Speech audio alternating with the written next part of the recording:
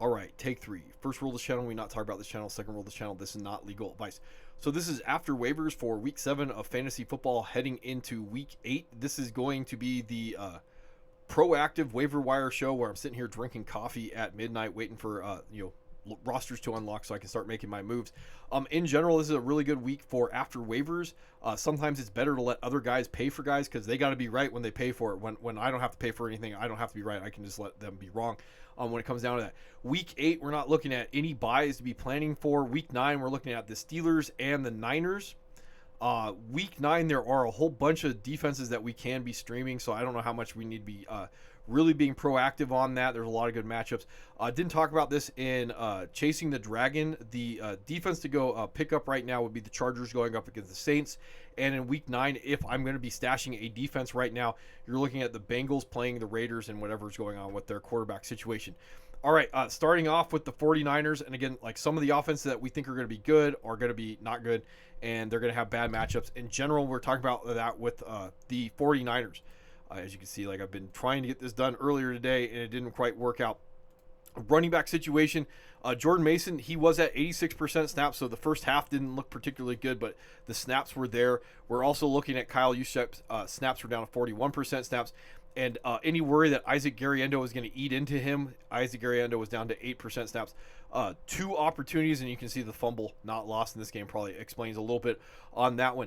Now, the other news on this one, we're still tracking on CMC coming back after the bye week 10, so that looks like it's likely going to happen.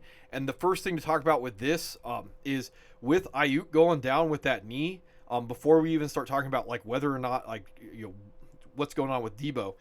Vacated targets tend to go to running backs, and that means that Christian McCaffrey, who is the premier receiving running back in the NFL, is going to be the primary beneficiary of Brandon Ayuk getting injured when he comes back, what we're tracking on week 10. So when I start talking about like some of the other receivers for the 49ers, remember like that's going to happen first. Second, vacated targets tend to go to running backs, then tight ends. George Kittle is a unicorn right now, and overpay to go get him if you can. That would be what I would be talking about.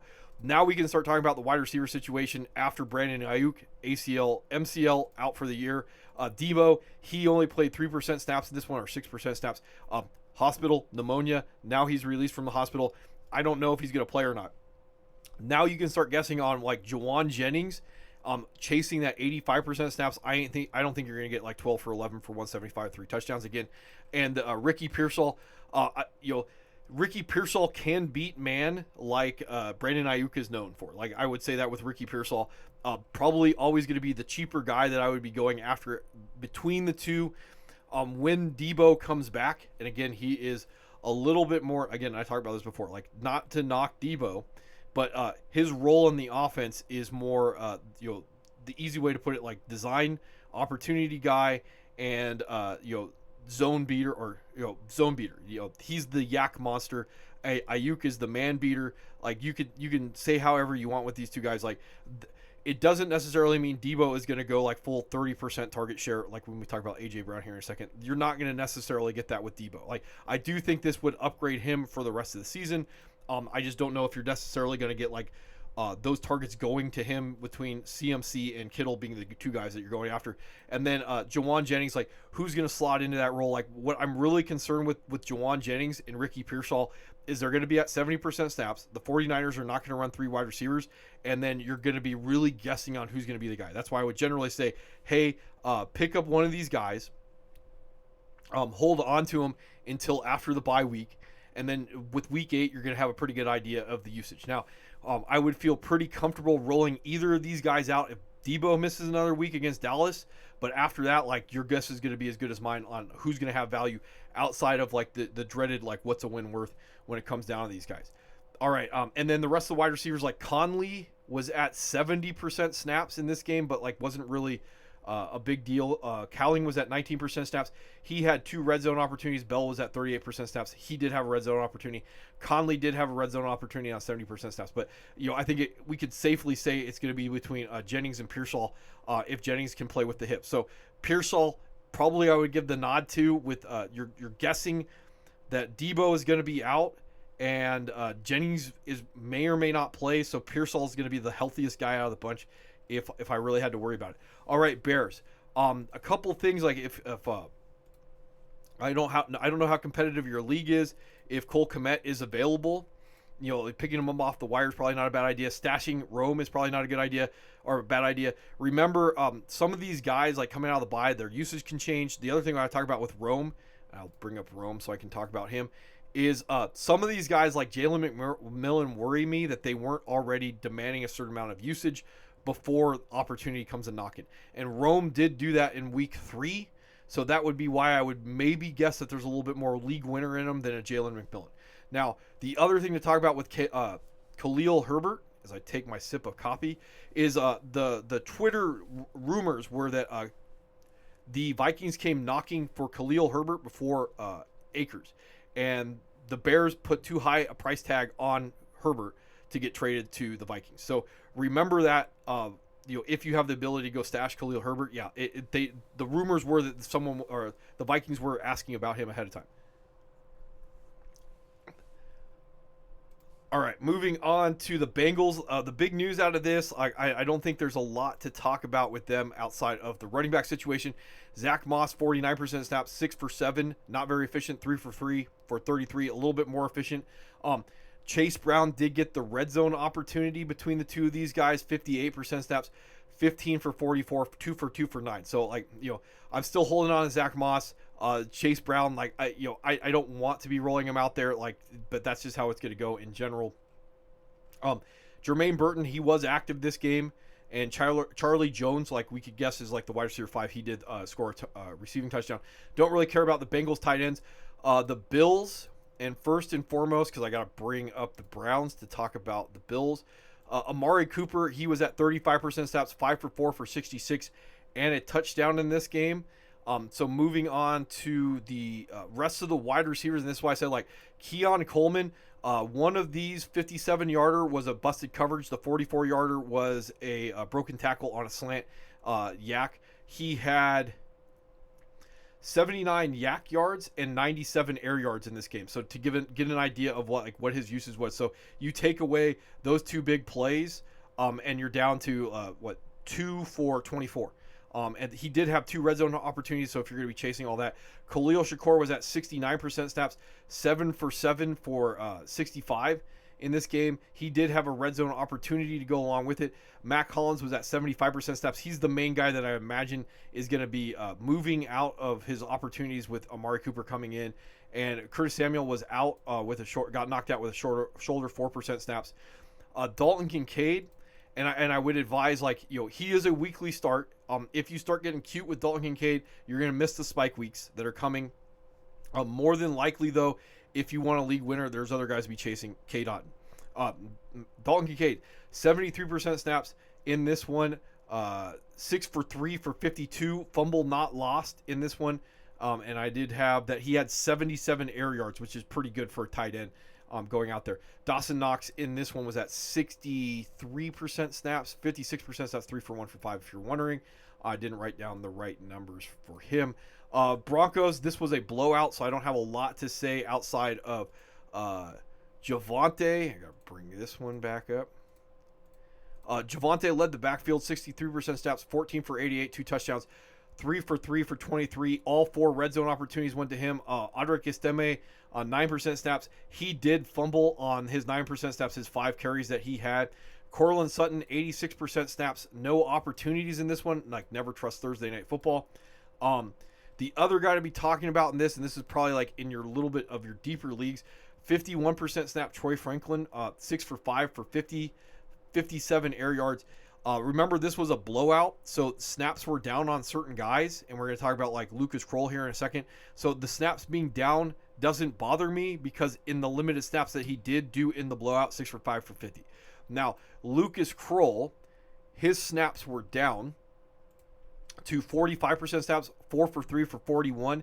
He did have 52 air yards. So again, because of the game flow, Adam Troutman was at 62% snaps, 3 targets, 1 red zone target with him. So again, we can guess that some of this was the blowout. Still stashing Lucas Kroll. You're getting pretty close based off opportunity that he could have a spike week in your deeper leagues if there's nobody else available. All right, the Browns. So right now, and this is part of the reason why I had to wait on this, the rumors are that the Browns are going to turn the keys over to Jameis Winston, as opposed to Dorian Thompson-Robinson, who does look like he's not going to miss any time with that finger. But Jameis is going to run the offense, and that means that we can start speculating on the highest neutral pace passing offense in the league. That's what Joe Flacco did at the end of last year. So Deshaun Watson, he goes on the IR with the Achilles. And I would be rolling out Jameis Winston. He would probably be the number one guy that I would be rolling out if I'm like the Jaden Daniels owner, and he's gonna miss time. So like it would probably be Jameis Winston this week, going up even against Baltimore. Again, what Baker May just did to Baltimore in a negative script game. Now, running back situation with Jerome Ford being out, and I don't have any news on Jerome Ford. If you're wondering, Nick Chubb comes in on 36% snaps, 11 for 22, rushing touchdown, 3 for 1 for 10. Remember, we're expecting this offense to get a little bit better with famous Jameis going on, and all 3 red zone carries went to Nick Chubb. Not going to be too interested on the 50% snaps with Pierre Strong. He only had 6 total opportunities in this game.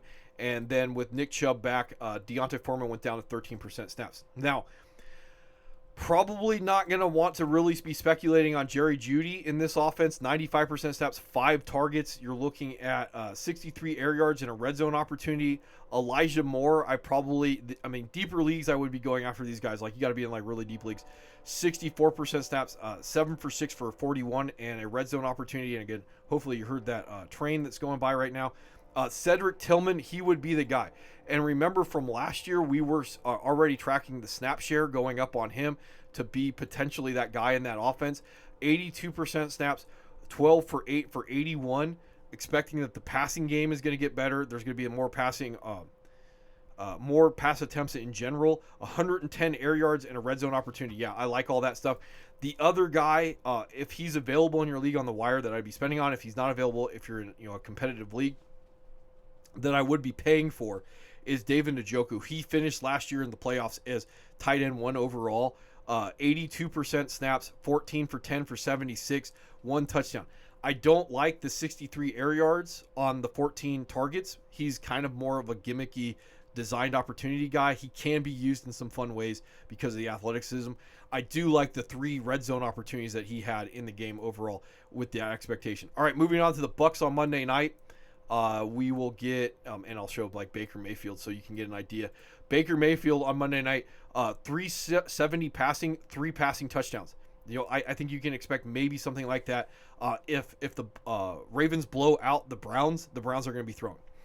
So unless you get like something like the Panthers where they do like 18 pass attempts in the blowout, you're going to get something like Baker May with Jameis Winston right now.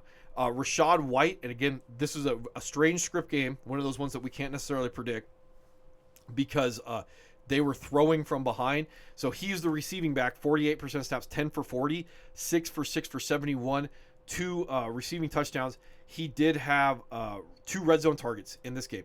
So Bucky Irving, he was at 35% snaps, 9 for 23. He did tug on his 3 red zone carries and 3 for 3 for 54. And then Sean Tucker in this one, like this is what we were generally worried about. And then the script gets all wonky. That's why I think like Rachaad White's opportunities went up a little bit. Irving's went down a little bit, but Sean Tucker was the most efficient guy on the ground. You're looking at 5 for 29 in this one on 20% snaps, 2 for 1 for 9. So maybe vacated opportunities are going to go to Rachaad White.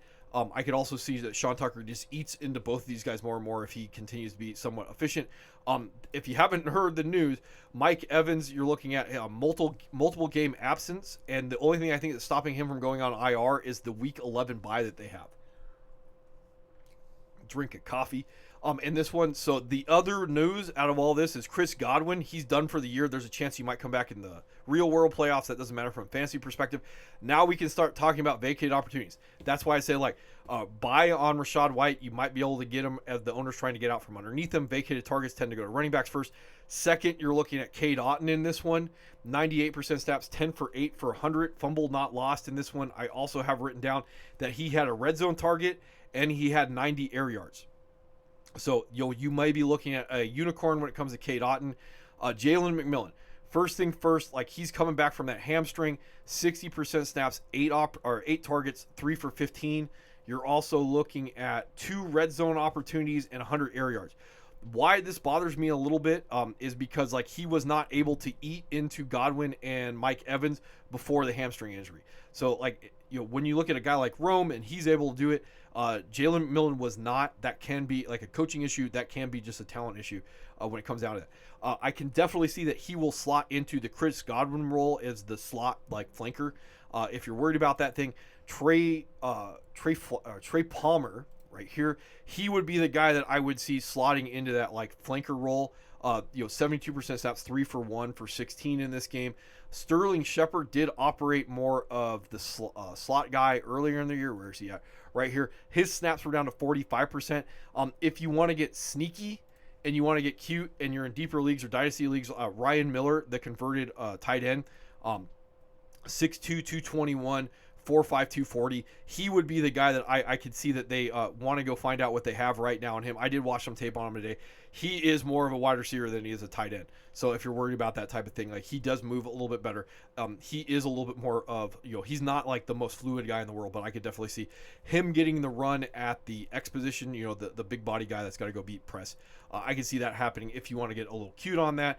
Already talked about K. Dotton. The other one to be a little worried about, like spending on some of these guys, is Devin Culp, the super athletic tight end, and he's like a 4.47 guy out of Washington. He was active in this game. So now I could definitely see that there may be an uptick, an opportunity for him with those vacated opportunities that are going to be with Mike Evans and Chris Godwin being out. All right, Cardinals.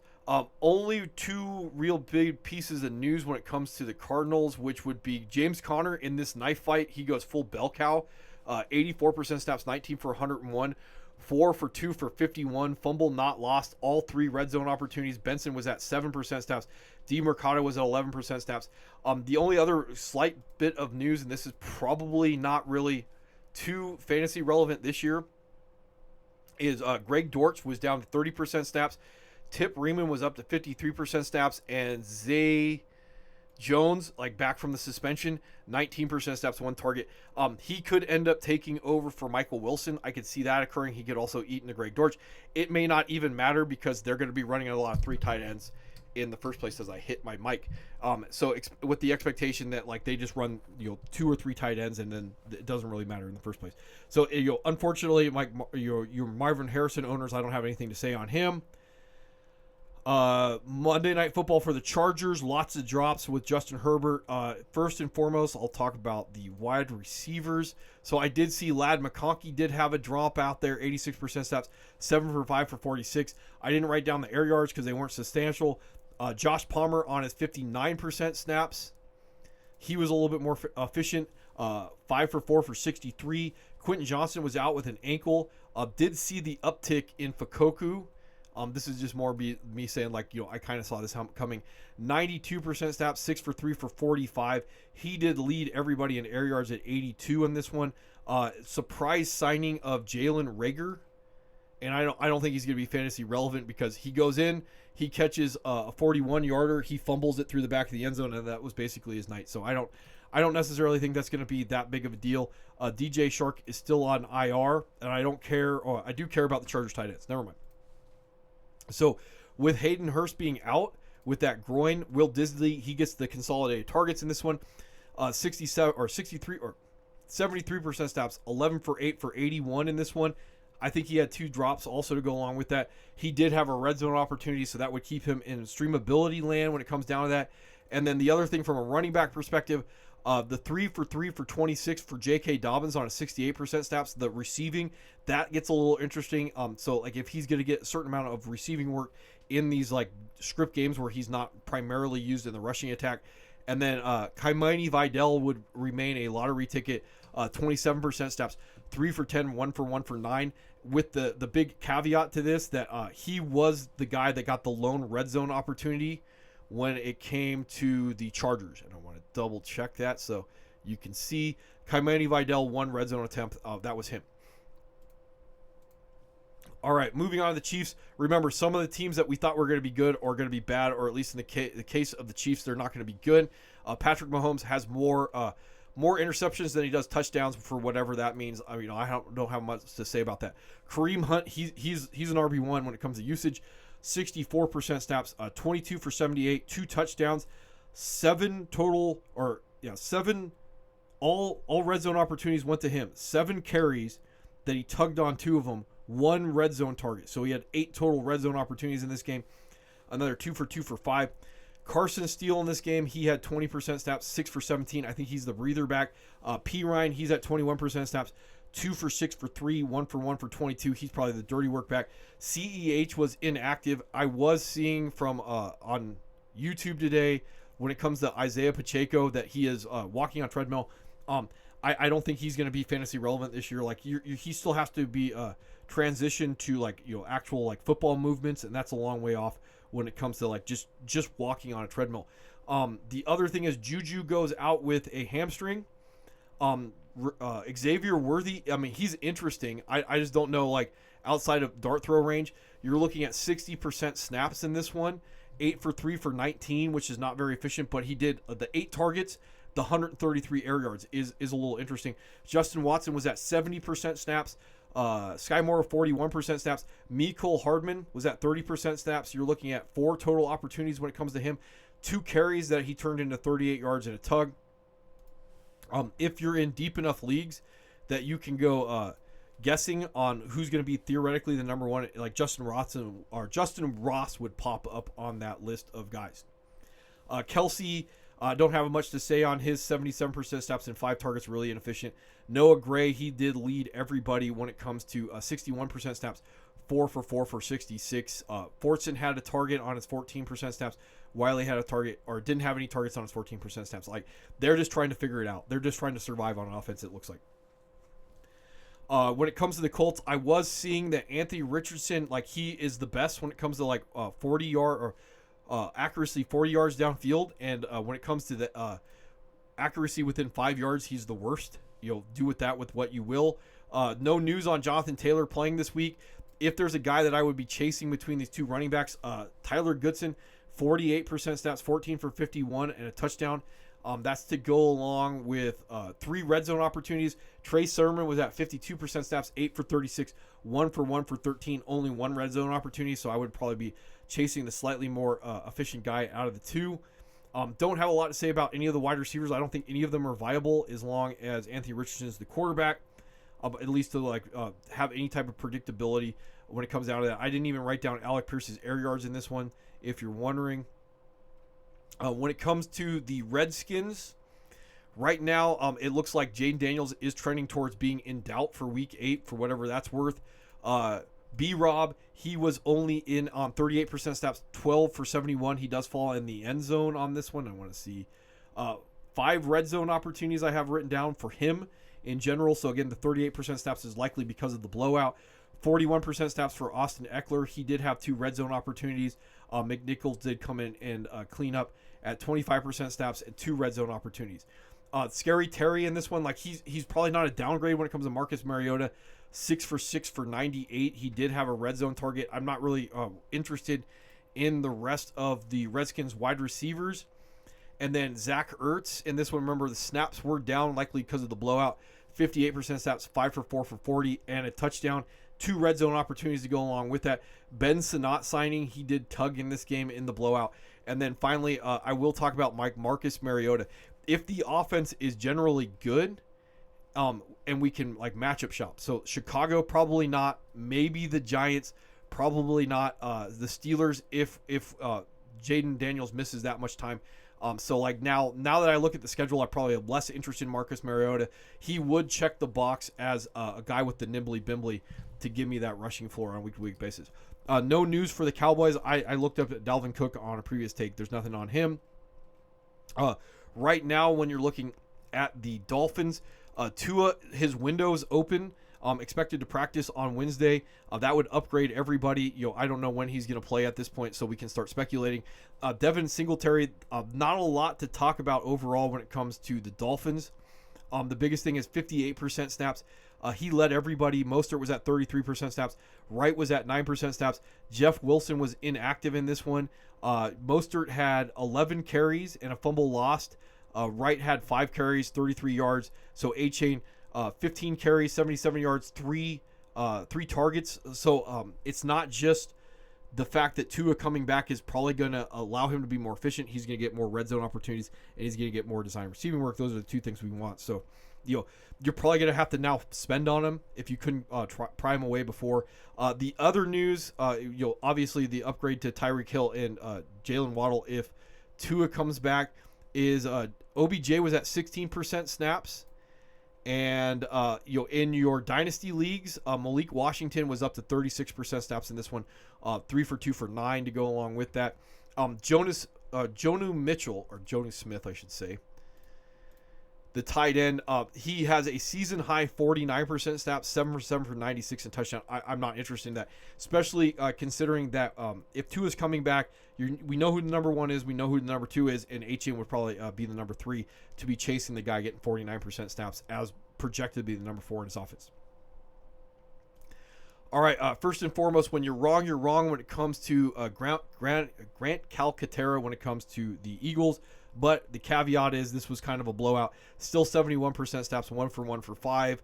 I did see on Twitter, A.J. Brown, he's over 30% target share, which is like elite levels of wide receiver. So just to get an idea of what his value would be out there right now, 77% snaps, 5 for 5 for 89, a touchdown in this one. And then with the blowout, to get an idea of the blowout that was going on, you're looking at Barkley only did 53% snaps, 17 for 176 and a touchdown, 3 for 2 for 11.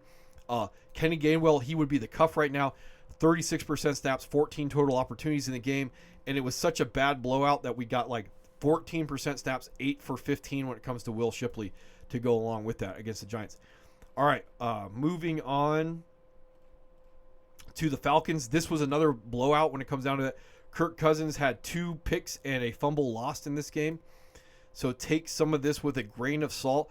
You're looking at Bijan, 68% snaps, 21 for 103 and a touchdown, 5 for 3 for 40 in this one. More importantly, all the red zone opportunities went to him, 6 red zone opportunities, and this was again, they're a negative script game because of the turnovers against the Seahawks.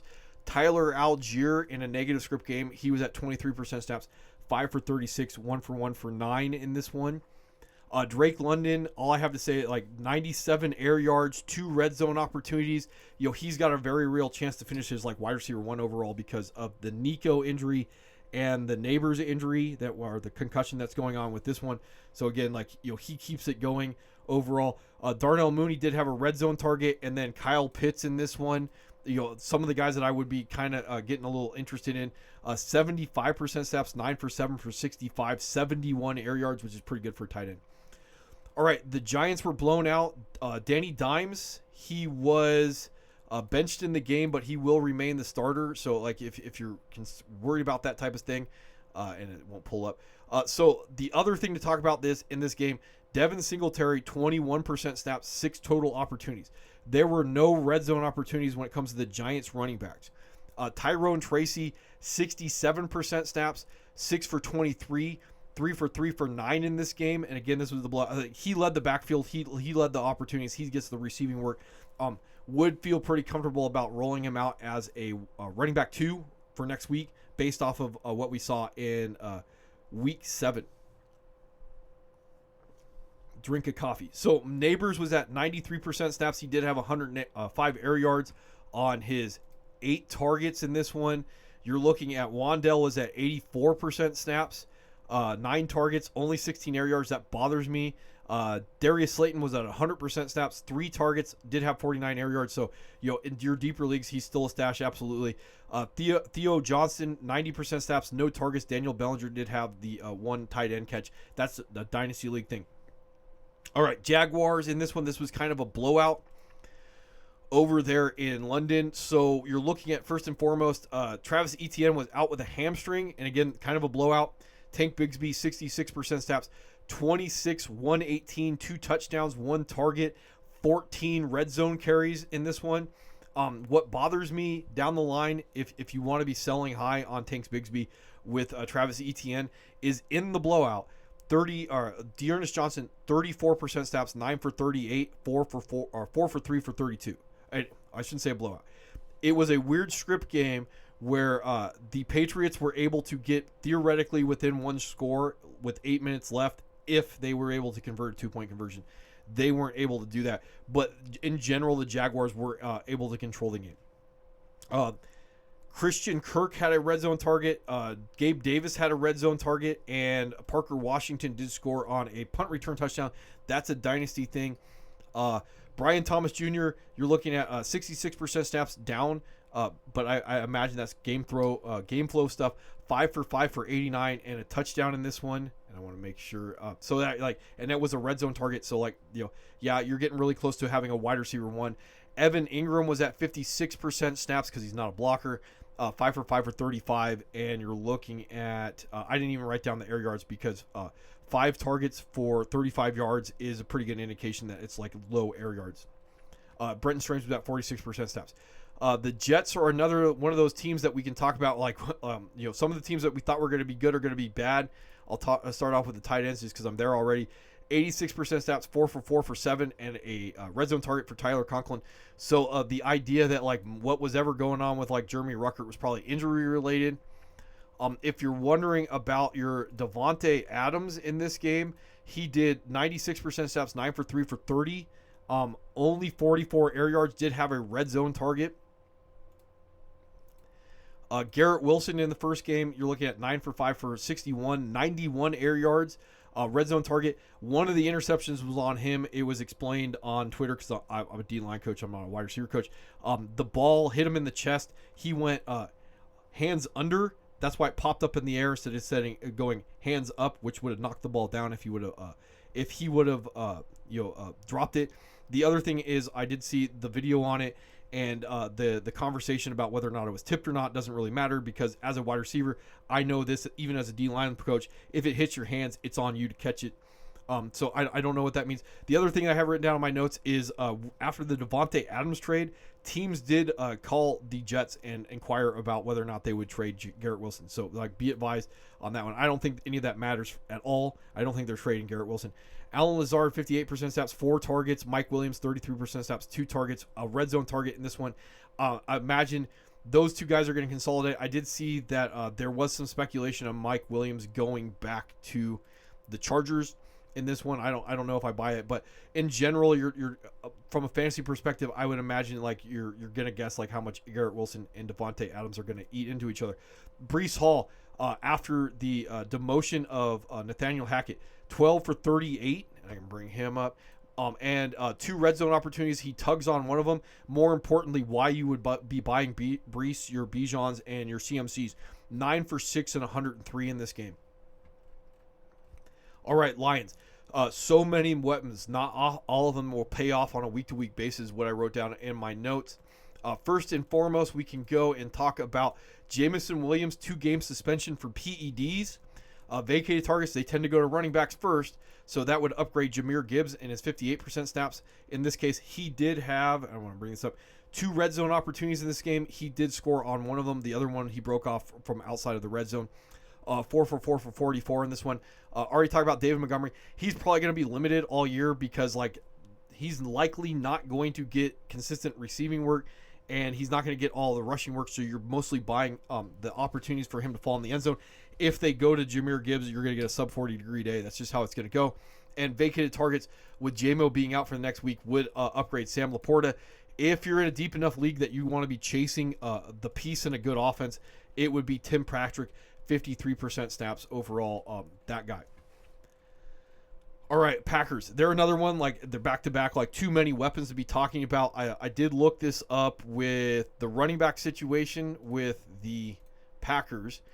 That Emmanuel Wilson did have a red zone opportunity on his 21% snaps. And then you also had Chris Brooks. Chris Brooks, I think, is more of a trustworthy guy. He came in and did 14% snaps, probably a little bit of fullback work on top of that. But in general, Josh Jacobs, he does 12 for 76. I do believe he had 1 red zone carry, 2 red zone targets. He did cash one of those in, 5 for 5 for 16. That's why the receiving work is valuable if you're in that type of thing. Downgrading the wide receivers right now for the Packers, not named Romeo Doubs. I think Romeo Doubs is going to be consistent. That's the only reason why I would even consider rolling him out there as a dirty wide receiver 2 or as a flex guy. You are looking at, where's he at? 10 for 8 for 94, 128 air yards and a red zone target. That's a weekly roll. Jaden Daniels was only at 74% snaps in this one. That's part of the reason why I would downgrade him. If you can't trust him and he's gonna, there's a chance he's gonna give you a sub 40 degree day. I don't know how much I would be into that. Watson was at 53% snaps. Dontavian Whips 41% snaps. 6 for 3 for 48, a touchdown, 82 air yards and 1 red zone opportunity. If that remains consistent, that would mean that he would still stay in wide receiver 3 territory. Drink of coffee. Tucker Kraft was at 4 for 3 for 33 and a red zone opportunity that he tugged on. And remember, he's a tight end, so he can't break your heart. So it doesn't matter what the opportunities are for the Packers. He would maintain a week-to-week role based off of that in general. Panthers, they were blown out. They're a bad offense. There were 18 combined opportunities when it comes to the Panthers. So keep that in mind when we talk about this. The very limited amount of stuff I have to say is Chuba Hubbard's an RB1. He does find his way in the end zone on his two red zone opportunities and a bad offense, 84% snaps. Miles Sanders would be a cuff in your deeper leagues. A little bit of a lottery ticket. 26% snaps, bad offense, 3 for 34, 2 for 1 for -6. He did have a red zone opportunity to go along with that. And then also no news on Jonathan Brooks. So like chances of him having very much fantasy or having any fantasy viability this year gets lower and lower. Again, 18 combined targets. So I don't have a lot to say other than Deontay was at 70% snaps, Leggett was at 84% snaps, and a red zone target. Jalen Colker was at 51% snaps compared to Minko's 26. With Tommy Tremble out with the back, we can kind of talk about Jentavion Sanders doing 74% snaps, 6 for 6 for 61. Like I said, the offense is so bad. There was only 18 pass attempts. I don't know how much of this is going to be consistent going forward at all. Pats, and I already talked about the odd game script when it comes to Drake May. Probably would upgrade him a little bit, but generally, like the Jets, the Titans, and the Bears the next 3 weeks are like a predictive not roll when it comes down to that. The other little interesting thing, in a game that theoretically could have been a one-score game with 8 minutes left to go in the game, Ramondre was down to 50% snaps and 10 total opportunities in this one. Didn't see any, or the red zone, didn't see, let's see. Gotta pull this up the right way. So Antonio Gibson in the game was down to 17% snaps. And then Jermichael Hasty pops up at 33% snaps. You're looking at red zone target in this one that he tugged on. So again, trying to figure out what the red zone usage is going to be. 5 for 49 and touchdowns. So that means like Antonio Gibson is probably off the table as being rosterable at this point. When it comes to the wide receivers, you're looking at Pop Douglas. He got knocked out with an illness, it looks at 33% snaps in this game. If you were tracing that, Jolyn Polk, he got knocked out. I couldn't figure out what he was knocked out with, but he was down to 57% snaps on 3 targets. Boutte, I wouldn't be chasing this. He would be the number 1 receiver when it comes to snap share. Kendrick Bourne, KJ Osborne, I don't care about any of those guys. Javon Baker was inactive with an illness. Hunter Henry, if you're into that type of thing, because we can talk about that. Remember, these are like tough matchups for the next 3 weeks. That would theoretically upgrade Hunter Henry because, if they're going to take away the wide receivers, then the tight end could get that. 87% snaps, 9 for 8 for 92. I didn't go look this down because I wouldn't be chasing Hunter Henry. They're probably better offenses. That means I'm not going to be getting red zone opportunities right now, if you're wondering why I would downgrade some of these guys. Raiders, this is another really odd script coming off of the Patriots, and we're going to get to the Rams here in a second, because the Raiders they were within 1 score. They had a red zone opportunity late in the game. Antonio Pierce decided to kick the field goal to make it a 5-point game instead of going for the touchdown 2-point conversion. They got the football back. Gardner Minshew threw an interception. That's how it went. In general, Zamir White was at 14% snaps. Alexander Madison, if he's available, 70% snaps, 23 for 92, 3 for 3 for 31 in this one. No red zone opportunities. Did look at Dylan Labe. He was inactive. If you can get Jacoby Myers, who was out with an ankle, he would theoretically be the number one in this offense as a wide receiver. Number one is going to be Brock Bowers. Trey Tucker was at 95% snaps, 8 targets, 110 air yards if you're chasing. Right there. And then DJ Turner, he was the other guy in this offense. This is more probably from a dynasty standpoint or deeper leagues. He was at 95% snaps, 7 targets, 72 air yards, which is pretty good, even though they were just not very good. And they were coming from behind against the Rams, if you're wondering. Brock Bowers, not particularly good on 70 air yards on 14 targets, but 10 for 93. 2 red zone targets. So, again, he is a unicorn when it comes down to it. Rams. I will talk a little bit about this from a coaching standpoint. When it comes to some of the stuff that's going on with the Rams is Kyron Williams, 89% snaps, 21 for 76, 2 touchdowns in this one, 4 red zone opportunities. Even though Blake Corum was, this was what was said on Twitter, he was supposed to mix in. He did mix in early in this game, 11% snaps, and then they just forgot he existed. And I can say from a coaching perspective, there are guys that you just really don't want to take out of the game. And even though you should from a coaching perspective, you just forget because, you get into a game flow. I think that's what's going on. Corum would still be a cuff and a stash in deeper leagues. The other thing when it comes to the Rams, Puka Nacua, his window is open. Cooper Kupp is supposed to play. There were rumors on Twitter that the Rams are shopping Cooper Kupp for a second. They'll eat the contract, so do with that with what you will. Demarcus Robinson was at 91% snaps, and Tyler Johnson was at 91% snaps in this one. 2 red zone targets. This is another weird thing when it comes to the Rams and whatever they're doing with their personnel. Tutu Atwell in this one. He was at 78% snaps, 9 for 6 for 51. And then if you're wondering about Jordan Whittington, the coach said that because of his shoulder, the lack of his practice ability, that's why his snap share was down 16% snaps. I imagine this also maybe had something to do with the fact that they tend to use him in that Puka Nacua blocking role in the offense. Colby Parkinson snaps were down to 64% snaps. That means Hunter Long was up to 29 and Davis Allen 22. No word on any injury. So this would take, for a lot of reasons, it would take Colby Parkinson out of streamability range. When it comes to the Ravens, you want pieces of this offense, and it doesn't matter at this point. Like I did see the comment out there. So Lamar, 5 touchdown passes to go along with 9 for 52 in this game on the ground. Derrick Henry, league winner. I don't have a lot to say about these guys. You already know that. Based off Justice Hill, he would be a one of those dart throw running back 2s. He scores again in the passing game to go along with it. Now, right now, we are tracking Zay Flowers to have an ankle injury, and that would upgrade Rashad Bateman into absolutely roll because you want pieces of this offense. So, again, chasing some of the other guys out there. I miss on McMillan. I miss on Jennings. I miss on Ricky Pearsall. I'm getting closer and closer to wanting to roll Rashad Bateman out over those guys if Zay Flowers is out because, he would be the number one in this offense.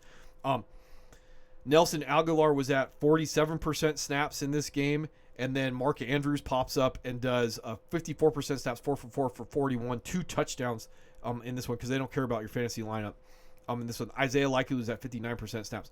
The Saints in this one, let's see. Never trust Thursday Night Football. Spencer Rattler missing his top 2 wide receivers. So Alvin Kamara, he signs a 2-year contract extension.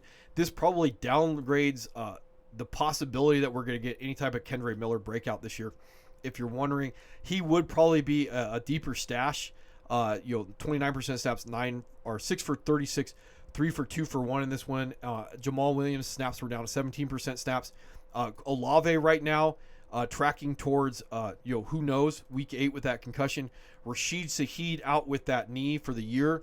The 2 guys to be looking at, I probably would not be interested in Cedric Williams at 69% snaps. 7 for 6 for 57 red zone target that he tugged on because of he is a 7-year guy.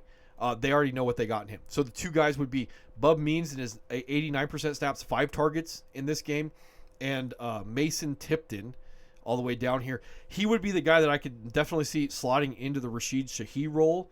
In this game, he was at 89% snaps, 5 for 3 for 37, he was 83% snaps, 9 for 6 for 45 to go along with 92 air yards. So deeper leagues, he would be a wide receiver 3 dart throw. Taysom Hill maybe. I don't really care about the tight ends for the Saints, you can continue to chase Jawan Jennings, 63% snaps and 6 targets, or Foster Moreau at 60% snaps. All right, Seahawks. So this one, because of the turnovers by Kirk Cousins, you had less passing volume when it comes to the Seahawks that they've been doing lately. The big news everyone wants to know about DK Metcalf, it looks like an MCL sprain. How long he's going to be out, I don't know. I would imagine he's going to miss at least a week. So play the game with me again. Vacated targets tend to go to running back first. That would upgrade Kenneth Walker from like RB1 land into like elite land. I would imagine for the next upcoming weeks if you're into that type of thing. The other thing is this would move Noah Fant up into streamability range.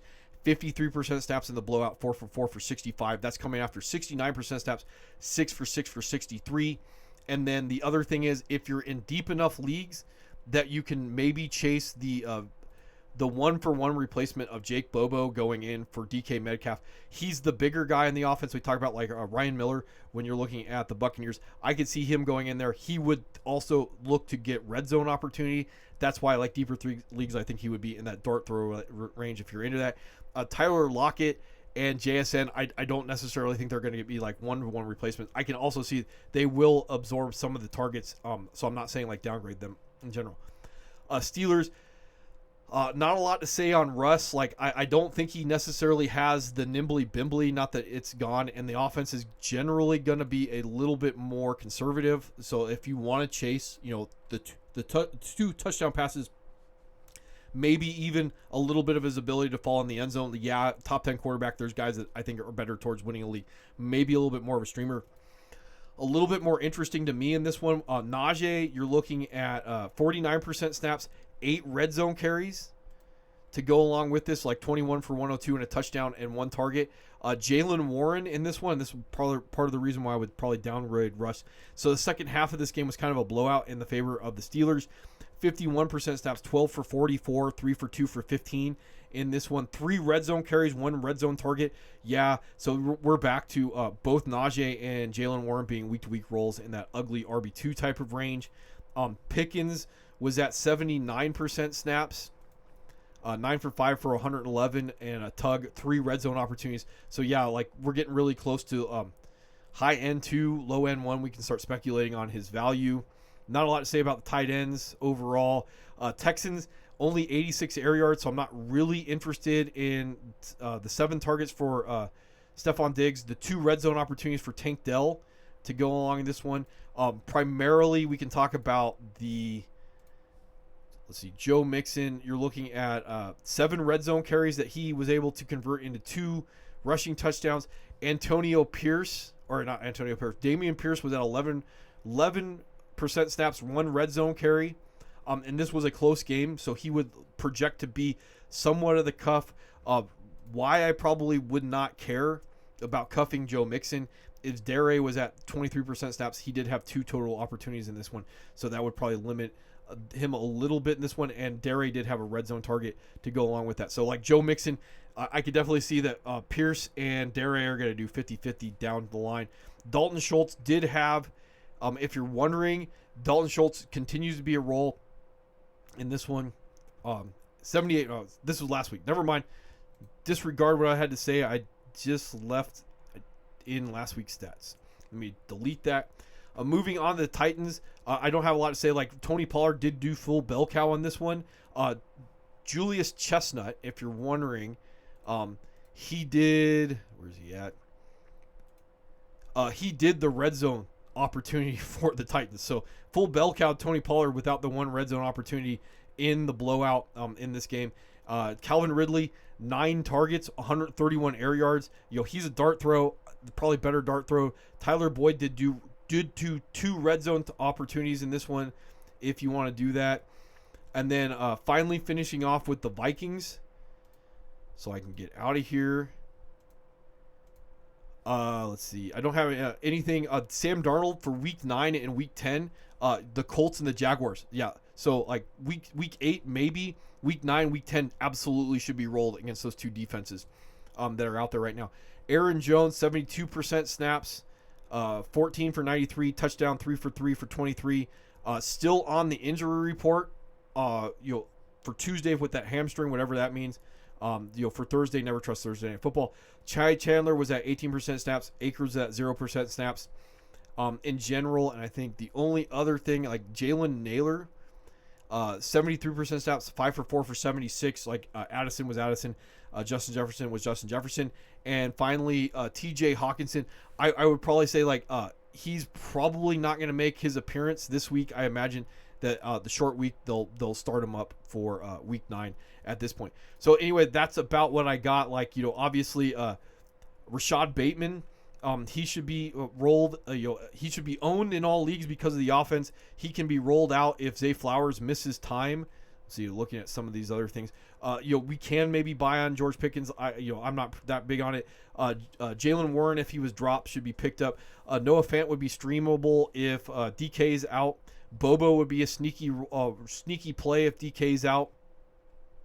Massive upgrade to Walker as long as DK's out right now. Mason Tipton would be in deeper leagues as a wide receiver 3 for the Saints. I already talked about Bateman. Stash Blake Corum.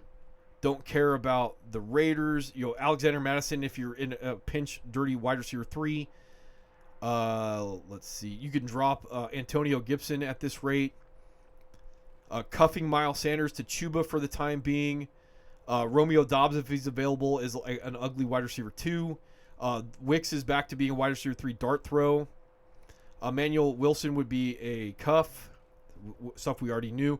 Jameson Williams suspension upgrade to Gibbs and Laporta.